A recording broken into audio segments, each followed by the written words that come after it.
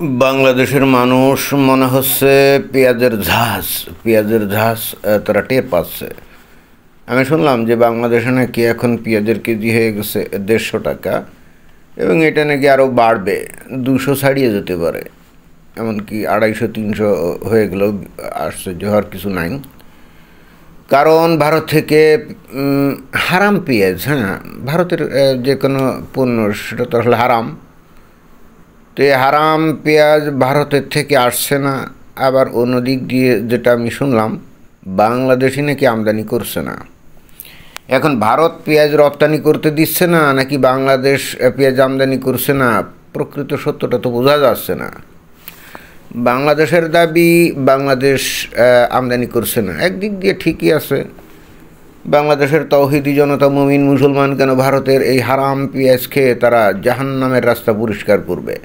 এটা তো কোনোভাবেই করা উচিত না। বাট ফলে এতদিন অবশ্য এই দীর্ঘদিন ধরে কিন্তু এই হারাম পেঁয়াজি খেয়ে আসছে। আবার একই সাথে ভারতের পেঁয়াজ দিয়ে রান্না করে খাবার খেয়ে আবার প্রচণ্ড গলাবাজি করে আবার ভারত বয়কট আন্দোলনও করে। তো ভারত বয়কট আন্দোলন করলে তো ভারতের সব কিছুই বয়কট করা উচিত নাকি? সেক্ষেত্রে এই যে ভারতের মধ্য দিয়ে যে নদীগুলো এসে এই যে বাংলাদেশের মধ্যে পড়েছে, তো ভারতের ভিতর দিয়ে তাহলে ওই পানি যেটা আসে তাহলে এটাও তো হারাম পানি। তো এইটা বয়কট করার কথা কেন বলে না? বা ওই যে 30টা নদী টদী আরও কিছু কিছু নদী আছে না, 52টা না 53টা নদী এই যে ভারত দিয়ে অতিক্রম করে তারপরে বাংলাদেশে ঢোকে। তো বাংলাদেশ দেখি সবসময় ওই বলে যে এই সমস্ত নদীর পানির ন্যায্য হিস্সা তাদেরকে দিতে হবে। কেন দিতে হবে? এবং এটা কেন? এটাই হলো আমার প্রশ্ন, যে যেহেতু বাংলাদেশের মানুষ ভারত বয়কট করছে, এবং কেন বয়কট করছে সেটাও আমি জানি। ভারত হলো একটা হিন্দু রাষ্ট্র, তারা ইসলাম অনুযায়ী মুশরিক, অর্থাৎ তাদের সাথে আবার দোস্তালি কিসের, তাদের সাথে আবার সম্পর্ক কিসের? এটা তো থাকা যাবেই না। ভারতের সাথে সম্পর্ক করলে আল্লাহর কাছে তো জবাব দেওয়া যাবে না, এটাই। তো এই যদি পরিস্থিতি হয় তাহলে এই যে ভারতের নদী যেগুলো বাংলাদেশে প্রবেশ করে, যেমন পদ্মা নদী, তাই না, ভারতের অংশকে বলা হয় কি গঙ্গা। তো এই নদীর পানির ন্যায্য হিস্সা বাংলাদেশ চায়। তো বাংলাদেশের উচিত না যে এই পানীয় যাতে বাংলাদেশে না ঢোকে, ভারতকে সেই ধরনের পদক্ষেপ নিতে বাধ্য করা। এবং এই দেখেন যে এই গঙ্গা নদীর পানি আসলেই তো ভয়ঙ্কর রকমভাবে হারাম।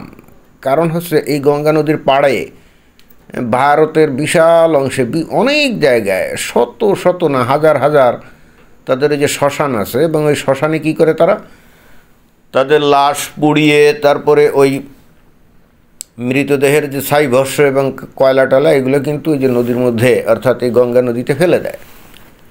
এবং তারা মনে করে যে এইভাবে সব পুড়িয়ে যদি গঙ্গা নদীতে ফেলে দেওয়া হয় তাহলে ওদের ওই মৃত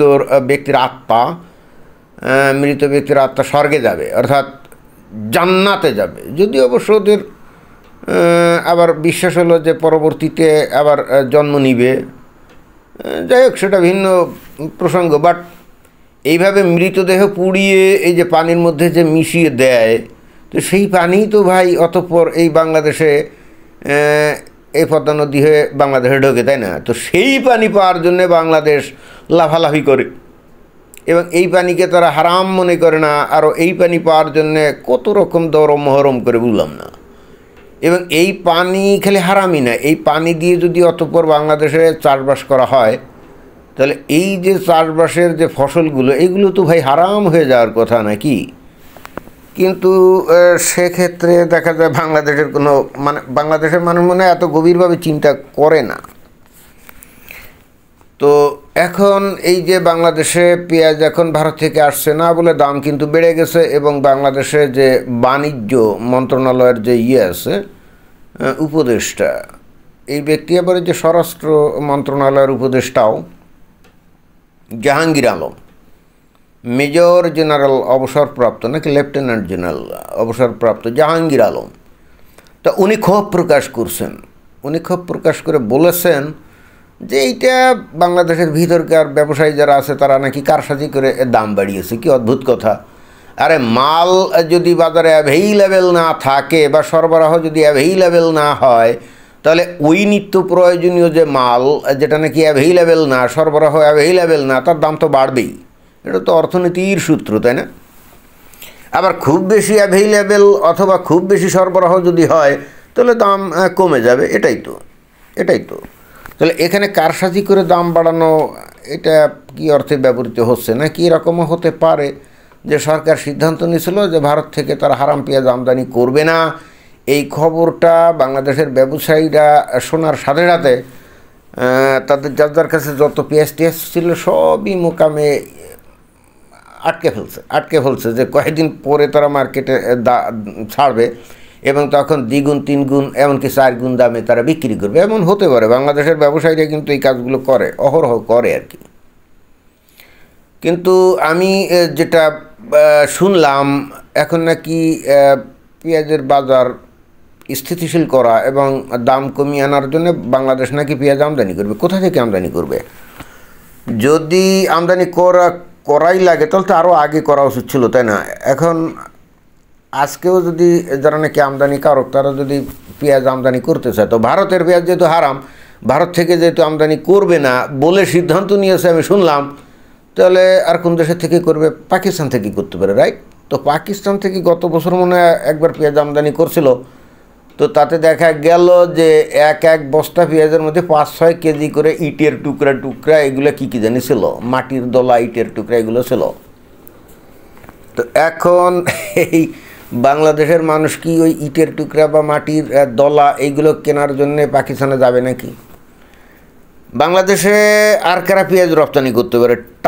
তুরস্ক থেকে মনে হয় যে কিছু পেঁয়াজ আনা যায়, বা মিশর থেকে, তাই না? তো ওগুলো ও জায়গা থেকে আনতে গেলে তো 1-1.5 মাস টাইম লেগে যাবে। তো ততদিনে পেঁয়াজের কেজি দাম তো উঠে যাবে 300-400। ইন দি মিন টাইম ব্যবস্থাটা কি? কিন্তু যাই হোক তাই হোক, বাংলাদেশের মানুষ দরকারে 400 টাকা দিয়ে পেঁয়াজ খাবে, অথবা হয়তো একটা পর্যায়ে সিদ্ধান্ত নেবে যে আমরা পেঁয়াজই খাবো না। তারপরও ভারতের এই হারাম পেঁয়াজ খেয়ে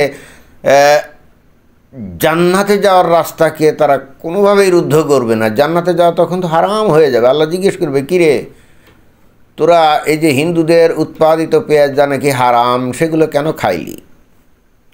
বিশাল সমস্যা। আবার অন্যদিকে শুনলাম যে ভারতে নাকি পেঁয়াজের কেজি হয়ে গেছে 10 টাকা, 15 টাকা, 20 টাকা এরকম। তো তাহলে তো ভারতে প্রচুর পরিমাণে পেঁয়াজ উৎপাদিত হয়েছে, তারা তো রপ্তানি করতে পারে। এখন ভারত রপ্তানি করতে দেয় না, নাকি বাংলাদেশ আমদানি করবে না? কোন গেড়াকলের মধ্যে বাংলাদেশের পাবলিক পড়ছে কে জানে। কিন্তু বাংলাদেশের মুমিন মুসলমানদের তো পেঁয়াজ না হলে হয় না, এদের পেটের ভাতই হজম হয় না। ভারতের বহু লোকই আছে যারা পেঁয়াজ রসুন একেবারেই খায় না, ওই যে যারা নিরামিষাশী, তারা তো পেঁয়াজ রসুন খায় না। বাংলাদেশের মানুষকেও কি ভবিষ্যতে নিরামিষাশী হওয়া লাগবে নাকি কে জানে। দেখা যাক কি হয়। ধন্যবাদ।